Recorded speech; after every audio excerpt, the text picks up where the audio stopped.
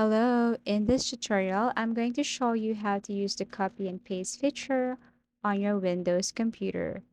So it's a very simple and easy tutorial. All you have to do is just simply look for something that you want to copy. Let's just say you have to go to Google Web Browser first. That is our step one. Go to Google Web Browser and find something that you want to copy. It can be a story, a poem, or whatsoever. Okay, let's just say I'm going to copy a summary or a story, or let's just say summary from the story of an hour. Okay, so second step is you have to drag or select all the words that you want to copy. Right click and then tap copy. Okay, after that, you have to go to Microsoft Word or Notepad. Right click again and then paste.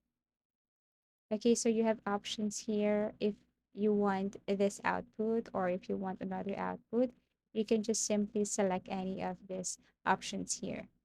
Okay, so once you paste the words, you can edit everything here. Font size, font style. Okay, so you just have to go to this upper side and then choose or edit everything here.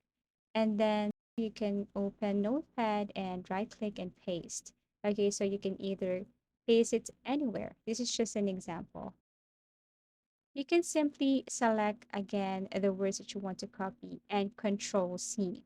Okay, so first we have right click, tap copy. Now you just have to drag, select all, and then Control C.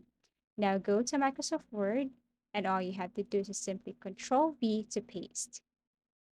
Okay, so also same in Notepad, Control V if you want to paste. So that's how easy it is to use the copy and paste feature on your Windows computer. Thank you for watching and see you in our next videos.